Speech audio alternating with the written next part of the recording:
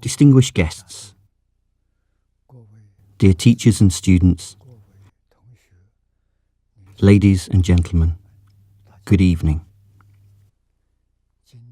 This is our very first friendship dinner, hosted by the Academy of Sinology in Lampeter.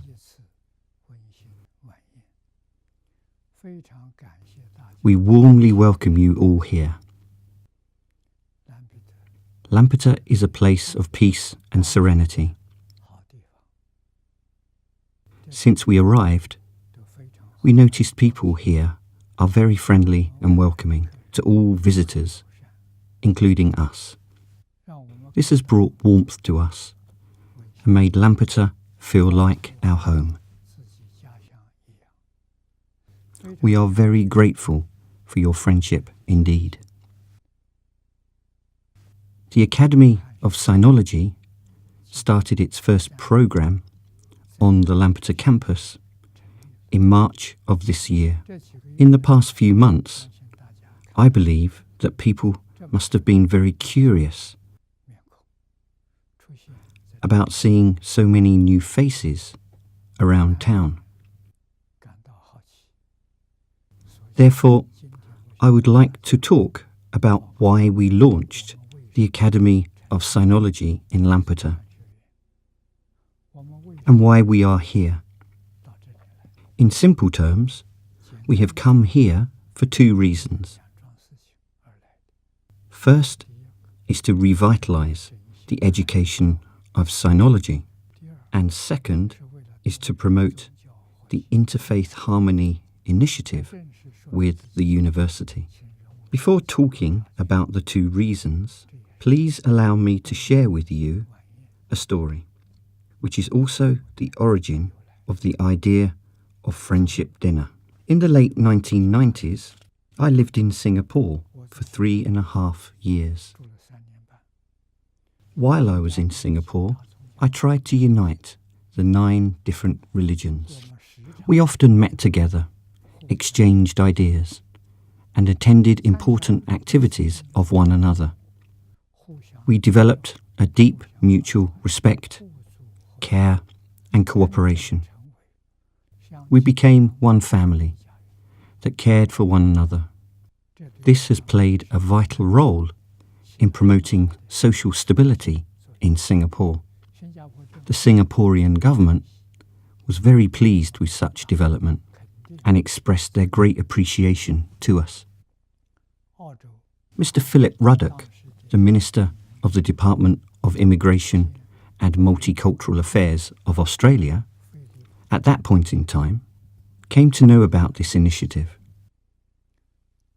He invited me to Australia to help the government unite different ethnicities and faiths. As a result of this invitation, I set up the Pure Land Learning College in Toowoomba, Australia. When the college was first established in 2002, we organised a dinner party and invited over 100 of our neighbours living nearby to simply explain why we were there.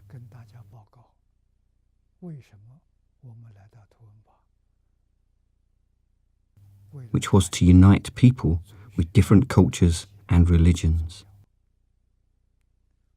At that dinner, apart from the free buffet dinner, we also prepared entertainment.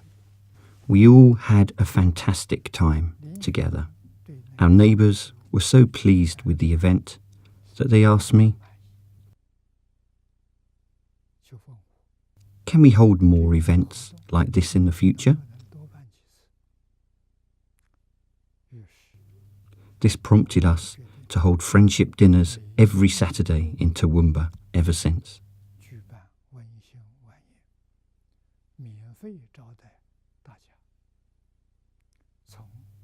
We have now been holding friendship dinners every Saturday for the past 15 years.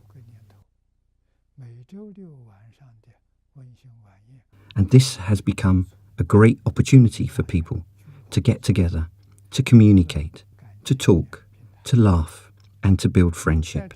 With this as a foundation, we have been making efforts to reach out to different groups and groups of different faiths in order to achieve mutual understanding and cooperation with one another. Under the leadership of the Mayor of Toowoomba, the city has now become a model city of multicultural harmony. In March this year, we invited the UNESCO ambassadors of 9 different countries to visit Toowoomba City. The ambassadors expressed great appreciation and praise for Toowoomba's achievement. They said, "We are very impressed that the communities with a variety of multicultural backgrounds can live so successfully in harmony in Toowoomba. We see everyone always has a smiling face in this city. You have done in a short time what we've been talking about for many years.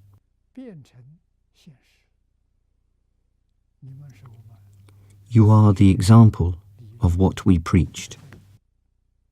In China, our ancient ancestors, covering many thousands of years,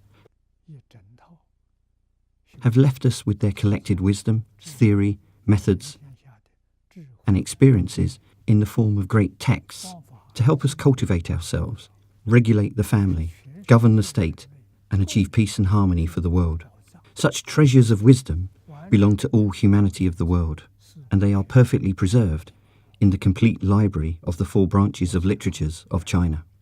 Over time, I purchased 112 sets of the complete library of the 4 branches of literatures of China, and 330 sets of the selections from the 4 branches of literatures of China, and donated them to the university libraries and national libraries around the world, with the intention to prevent the potential loss of such cultural treasures due to natural disasters. However, this complete library of the 4 branches of literatures of China is written in classical Chinese, and the majority of Chinese people nowadays cannot read classical Chinese. If no one can read it, even if the complete library of the 4 branches of literatures of China is well preserved, it would be nothing more than a pile of useless paper, producing no benefits to society. As such, I am hoping to nurture a group of young teachers who will be able to comprehend, translate, inform, educate, and practice what they learn from the complete library of the 4 branches of literatures of China, so that they can pass the wisdom and experiences of ancient sages on to future generations. However, the opportunity had not presented itself until last year. I had the opportunity to meet with Professor Hughes, the Vice-Chancellor of the University of Wales Trinity St David's in London, and express my concern about the potential extinction of Sinology. Professor Hughes was keen to offer a solution. He said that he was willing to jointly establish the Academy of Sinology with me to train and cultivate teachers to study, preserve, and promote Sinology. We had a wonderful and amiable conversation.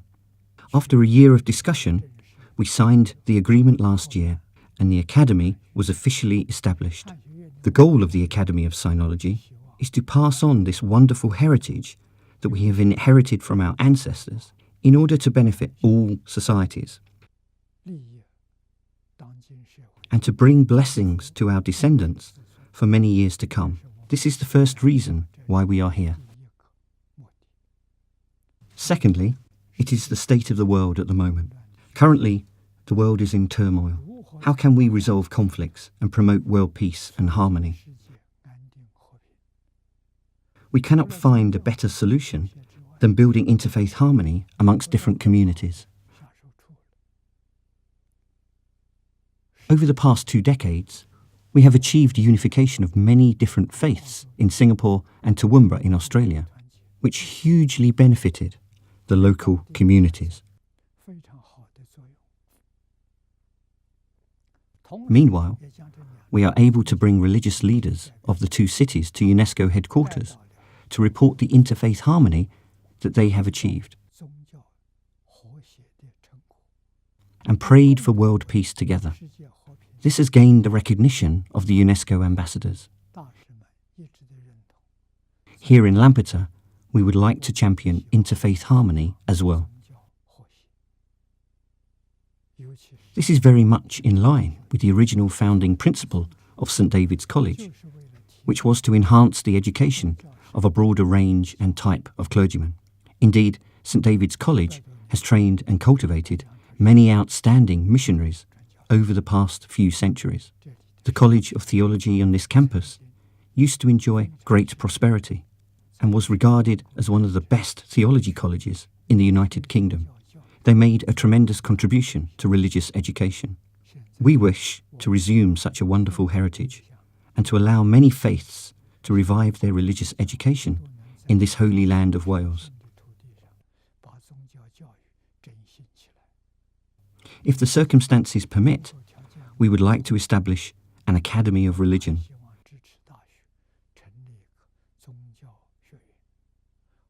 To revive the glory that St. David's College used to enjoy. This is the second reason why we are here. These two reasons together explain why we are here.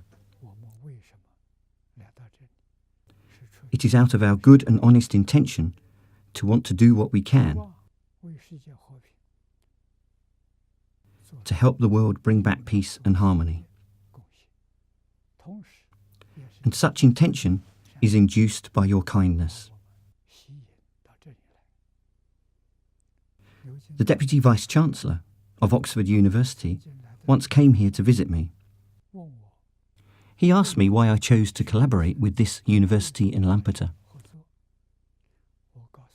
I told him that it is God's grace. It is indeed the case. I truly believe that our meeting today is also God's grace. So let's express our gratitude to God, to ancestors, and to all the people who made our meeting today in Lampeter possible. I wish all of you peace, happiness, great wisdom and longevity. Thank you very much.